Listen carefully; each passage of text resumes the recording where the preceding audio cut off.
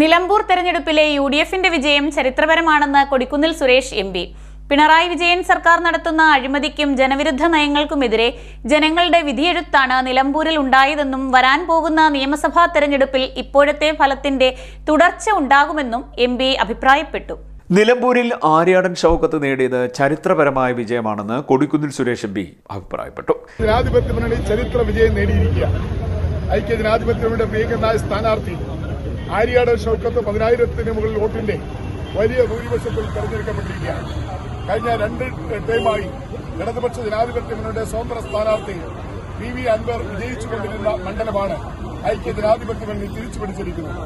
ശ്രീ ആര്യാടൻ ഷൗക്കത്ത് പിതാവ് ശ്രീ ആര്യാടൻ മുഹമ്മദ് കഴിഞ്ഞ 8 പ്രാവശ്യമായി തുടർച്ചയായി വിജയിച്ചുകൊണ്ടിരുന്ന നിലമ്പൂർ നിയമസഭാ മണ്ഡലത്തിൽ പി.വി. അൻവർ എന്ന സ്വതന്ത്ര സ്ഥാനാർത്ഥി ഇറക്കി ആ മണ്ഡലം LDF തിരിച്ചുപിടിച്ചുവെങ്കിൽ അവരിൽ നിന്ന് അഭിമാനകരമായ വിജയത്തോടുകൂടി ഇടതുപക്ഷത്തിന് കനത്ത പ്രകടനം നൽകിക്കൊണ്ടാണ് UDF സ്ഥാനാർത്ഥി ആര്യാടൻ ഷൗക്കത്ത് നിലമ്പൂർ മണ്ഡലം തിരിച്ചുപിടിച്ചിരിക്കുന്നത്.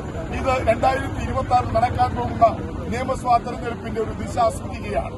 2026 കേരളത്തിൽ ആരധികാരത്തിൽ വരും എന്ന് കേരളത്തിലെ ജനങ്ങൾ ചിന്തിക്കുന്ന ഒരു സന്ദേശമാണ്, അല്ലെങ്കിൽ ഒരു തെരഞ്ഞെടുപ്പ് വിജയമാണ് ഇവിടെ ലഭിച്ചിരിക്കുന്നത്. യാതൊരു സംശയമില്ല, 3ാം പിണറായി സർക്കാർ അധികാരത്തിൽ വരുമെന്ന് സ്വപ്നം കണ്ട് നടക്കുന്ന ഇടതുപക്ഷത്തിനും മുഖ്യമന്ത്രി പിണറായി വിജയനുമുള്ള ശക്തമായ മുന്നറിയിപ്പാണ് 2026 ജയിക്കാൻ പോകുന്നത് LDF അല്ല, അത് നിങ്ങളുടെ ദിവാസ്വപ്നമാണെന്ന്. ഈ 2026 കേരളത്തിൽ ഭരണമാറ്റം ഉണ്ടാകും. UDF നേതൃത്വത്തിലുള്ള ഒരു ഗവൺമെന്റ് അധികാരത്തിൽ വരുമെന്ന് ഇതാ ഉറപ്പായ ഒരു വ്യക്തമായ സന്ദേശമാണ് കേരളത്തിലെ ജനാധിപത്യ വിശ്വാസം നൽകിയിരിക്കുന്നത്. യഥാർത്ഥത്തിൽ പാർലമെന്റ് തെരഞ്ഞെടുപ്പിൽ പരാജയമുണ്ടായപ്പോഴും കഴിഞ്ഞ ഉപതെരഞ്ഞെടുപ്പുകൾ നടന്നപ്പോൾ പരാജയമുണ്ടായപ്പോഴും ഒരുപാട് ന്യായവാദങ്ങൾ നിരത്തി അതിൽ നിന്നൊക്കെ രക്ഷപ്പെടുകയാണ് പിണറായി വിജയനും LDF ചെയ്യുന്നത്. എന്നാൽ ഇടതുപക്ഷത്തിന്റെ സീറ്റ്, ഇടതുപക്ഷം 2 പ്രാവശ്യം തുടർച്ചയായി വിജയിച്ച നിലമ്പൂർ സീറ്റ്, അത് UDF വിജയിച്ചതോടുകൂടി അധികാരത്തിൽ തുടരാനുള്ള ധാർമ്മികമായ അവകാശം പിണറായി വിജയൻ നഷ്ടപ്പെട്ടിരിക്കുന്നു. ജനാധിപത്യത്തിൽ വിശ്വസിക്കുന്നുവെങ്കിൽ, ജനവിധി മാനിക്കുന്നുവെങ്കിൽ പിണറായി വിജയൻ നിലമ്പൂരിലെ പരാജയത്തിന്റെ ധാർമ്മികമായ ഉത്തരവാദിത്വം ഏറ്റെടുത്തുകൊണ്ട് എത്രയും പെട്ടെന്ന് മുഖ്യമന്ത്രി സ്ഥാനം രാജിവെച്ചിറങ്ങിപ്പോകണം എന്നാണ് ഞങ്ങൾക്ക് ആവശ്യപ്പെടാനുള്ളത്. പക്ഷേ പിണറായി വിജയൻ അത് ചെയ്യുമെന്ന് ഞങ്ങൾ കരുതുന്നില്ല.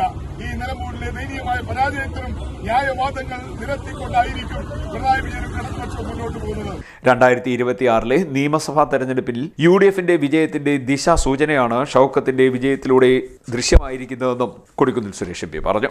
അധികാരത്തിൽ തുടരാൻ ധാർമ്മികമായ അവകാശം മുഖ്യമന്ത്രിക്കില്ല. പരാജയത്തിന്റെ ഉത്തരവാദിത്വം ഏറ്റെടുത്തുകൊണ്ട് മുഖ്യമന്ത്രി പിണറായി വിജയൻ രാജിവെക്കണമെന്നും കൊടിക്കുന്നിൽ സുരേഷ് പറഞ്ഞു. CDNet news, Mavelikkara.